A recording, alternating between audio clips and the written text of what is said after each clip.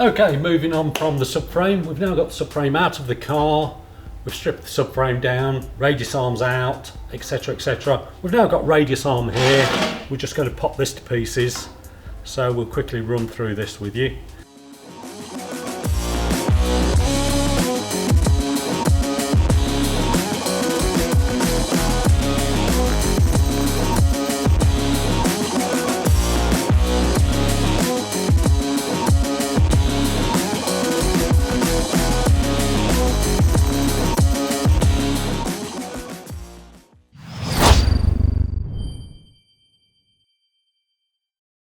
First one was, we'll just take the quadrant off, handbrake quadrant this is.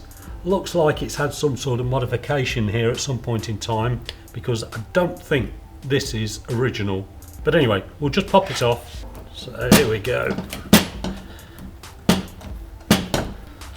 Okay, so that's that off. Runs in a little bronze bush inside there. Just sends the handbrake cable round at 90 degrees from where it comes off of the subframe down to the back hub, so that's that part. Next piece is obviously the pivot pin, which goes right through the radius arm, clamps in at the subframe, this end, that end. It'll have some little thrust washers on, which are just here, with some grease grooves on the inside. Make sure when you put this back together the grooves go inwards. Rubber seal, they'll be replaced. And the same on the other end, which will just pop out. There we go. There's the grease groove, and then the rubber seal is just there. Rather grotty, but there we go. Okay, if we pop this out now, oh, there's your radius arm pin. Now normally, if these are worn, they'll be grooved here and here where they run in the bearings, and we'll just give it a rub. These look very, very brand new. Just got a little bit of marking just there. Looks like dirt more than anything, because if you can see the shadow just there, that's where it runs on the bearing, and there's no wear whatsoever. So we're turning around the other way, and this end is absolutely, oh, you can just see a couple of little marks from the bearings there, look. But they are that good. A quick polish over with a bit of emery cloth, they can go back in. So that's the radius arm pivot pin out. We'll just pop this brake line off. These will all be replaced, so we're not too worried about bending or breaking these. Sometimes we've had these where they've been that tight that you can't even get the nut off, and you have to actually cut through the actual pipe itself and get onto it a little bit better with a ring spanner, but it's still very, very awkward and very, very dirty, and the dirt's gone under the threads now, which makes it even worse.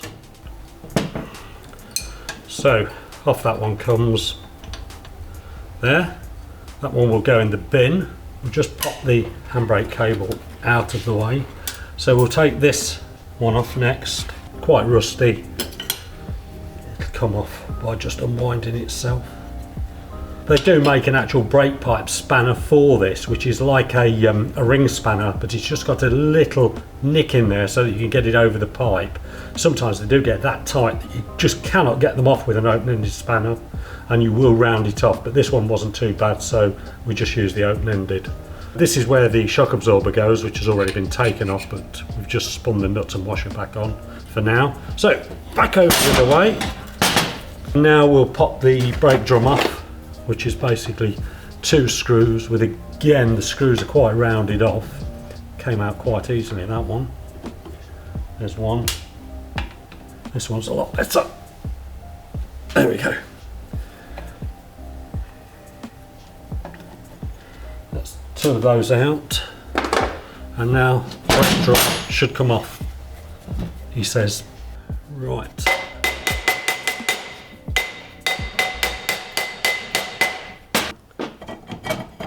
There we go.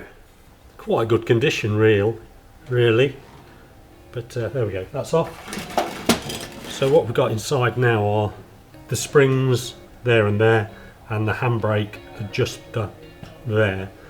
Okay, right, we'll just take the hub off next. Get in there. That's the grease cap. should come out. There we go.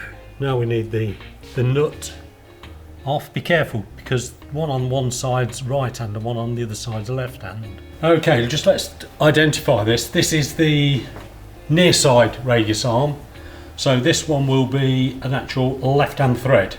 So let's make sure we undo it the right. Oh, there we go. So you'll have the large castellated nut. Again, save that one. And then the hubs itself should come off like so. So there's the hub, the large thrust washer, sorry, the large washer to hold the bearings in, and then you've got the bearings which will come out, and we'll replace those with the taper roller type. Okay, so now we've got the hub off, we're just going to pop the springs out, which should be relatively easy now. One. There we go. So that one now will lift away. Quite good condition again. Everything seems to be very, very good on this rear subframe.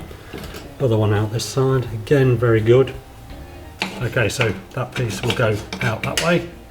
You'll notice it's got a little, what you call, rubber boot. It's quite not rubber at the moment. Very badly perished, so again all this piece will be replaced. So pop that in there. There's the other spring. Be careful here, you don't lose those two little wedges. What they are is, as you adjust that screw in, these run up the taper on the screw and adjust your brakes out. So be careful you don't lose those. Pop those in there. So just the wheel cylinder left now. It's just held on with the big clip on the back. There we go. That's that. And then wheel cylinder should just pop off there. Again, those will be replaced. Need to now go back over into the vise to undo the quadrant bracket, sorry, the handbrake bracket here, and the other three screws to take the back plate off. That then will be completely stripped down. We'll send this away for shot blasting. Back plate will be shot blasted. Yeah, you can see all the debris on the radius arm just here. I'll just put a little, there we go. This will all obviously come off when it's shot blasted, and then we will actually have these repainted so they'll look like new when they go back together. We will check obviously the bush that's actually in the other end and the needle roller bearing that's in this end to make sure there's no wear. If there is, we'll replace those. The other thing to be replaced will be the nylon cup here for the ball joint, but again they will be replaced when we put the suspension trumpet and the rear cone in.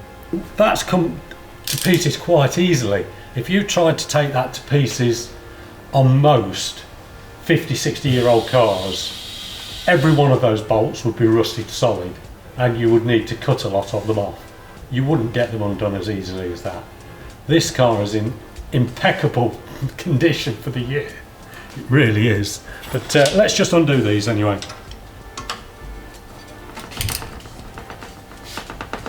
Even these, look, everything is, they've never been touched since we've had the car. So these are as we bought it. I've not sort of undone these and tightened them back up again. These are as it's actually come to us. There's nothing seized whatsoever on the car. Right. They look a little bit rusty, the bolts, but they're not seized. So there's the actual handbrake bracket. Put that over there. Just a quick tap there. That should fetch the back plate off. Better get the nut off, that would help. There we go. And one other thing I would suggest taking out is take this out, screw it that way through, and then you can grease that when you put that back in. So there we go, all stripped down now. This is just one side, obviously we've got the other side to do, but we won't bore you with two of the same. Complete array of used components here. Some of them are going to be scrap, some of them are going to be refurbed and we can reuse them again. Obviously this has all got to be shot blasted, bearings out of here, they'll be replaced. So we'll get everything cleaned and nice and shiny, then we'll do another video of the parts being reassembled to make a complete rear subframe. We've now taken all the parts to the actual blasting cabinet. We've blasted them all off. This is one of the radius arms we've taken off. You'll notice we've masked off just here with some tape, and we've put an actual sleeve threaded bar through there with some washers on the end just to stop the paint going inside the radius arm. You'll see that we've already sprayed one coat on. We're going to give it a second coat with this same zinc galvanised spray, and then we'll be ready for the black top coat.